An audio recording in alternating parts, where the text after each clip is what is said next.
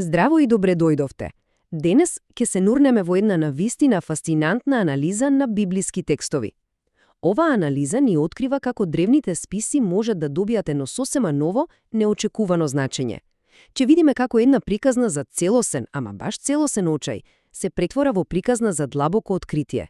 И сето тоа само со поинакво читање на зборови што биле познати со векови. Ајде да ја замислиме сцената. Двајца пријатели со скршени срца го напуштаат Ерусалим. Светот онаков каков што го знаеле, сите нивни надежи, сето тоа се срушило во еден миг. Човекот во кој ја положиле целата своја вера бил погубен, а со него се чини умрела и нивната иднина. И сега, навлегуваме во срцето на почетниот проблем. Што се случува кога реалноста, знаете, брутално ќе се судри со најдлабоките верувања? Ова е приказна за еден таков момент. Момент на целосна збунетост и длабоко разочарување. Овие зборови, тие го доловуваат токму тоа огромно разочарување. Тие се надевале на херој, на триумфален месија, на моќен ослободител. А наместо тоа, што добиле? Распнат човек, слика на тотален пораз, напуштеност, дури и проклетство.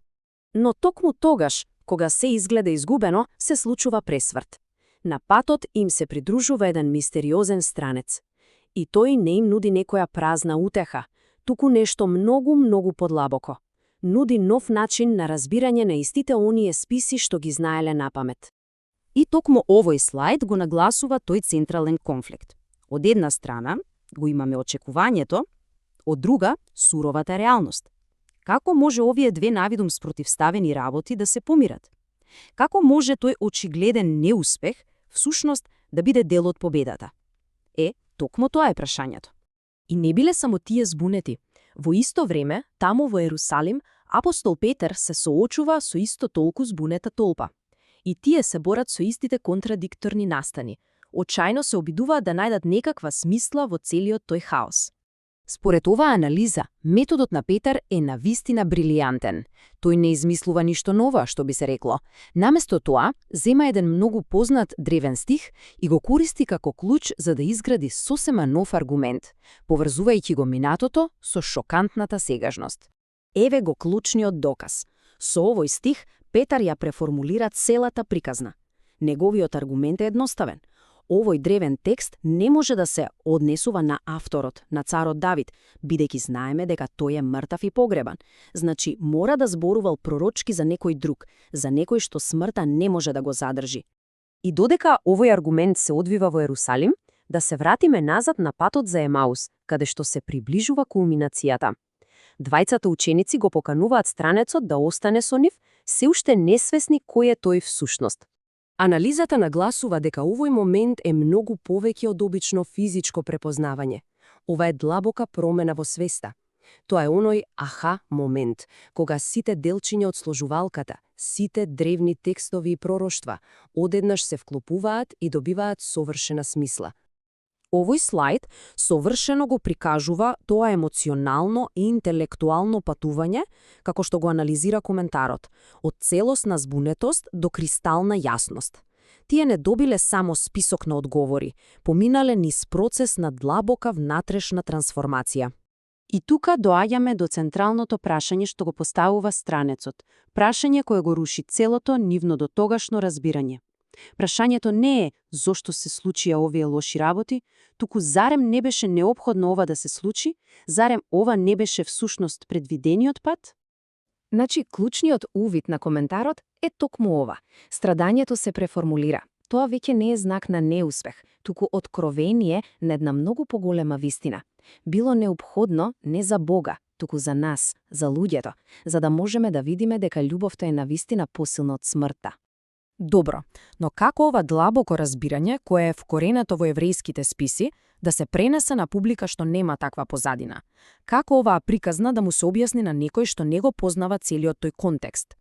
Овој дел покажува како основните идеи биле, да кажеме, преведени со нов јазик и со нови слики, за да можат да добрат до поширока нееврејска публика. Суштината останува иста, но метафорите и символите се менуваат. Еве еден одличен пример.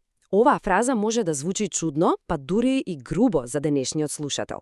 Зборува за откуп со скапоцена крв, што веднаш асоцира на некаква трговска трансакција. Затоа, интерпретацијата е клучна за да се свати вистинското значење. И токму тука лежи гениалноста на коментарот. Тој ја декодира оваа древна метафора, така што ја враќа во незиниот оригинален културен контекст.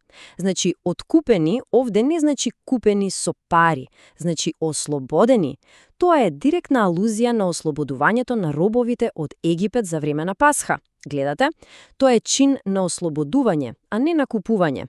И еве уште еден таков пример за преформулирање на тежок концепт.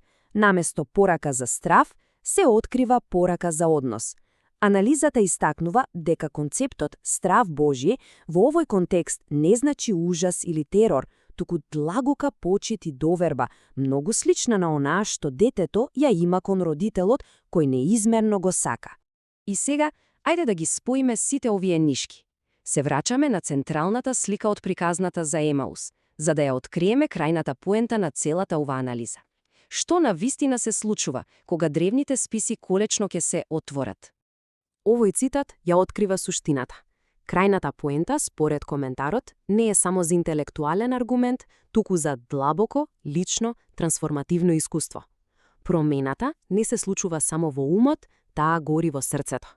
Она што го покажува анализата е дека првите христијани не ги отфрлиле своите древни списи. Напротив, тие научиле да ги читаат на сосема нов начин што ги натерал нивните срца да горат. И така, успеале да го претворат самиот извор на нивниот очај во извор на нивната најголема радост. И на крајот останува ова провокативно прашање. Тоа сумира целата тема и не поттикнува да размислиме за огромната моќ на интерпретацијата. Моќта да го трансформира не само нашето разбирање на минатото, туку и нашата надеж за иднината.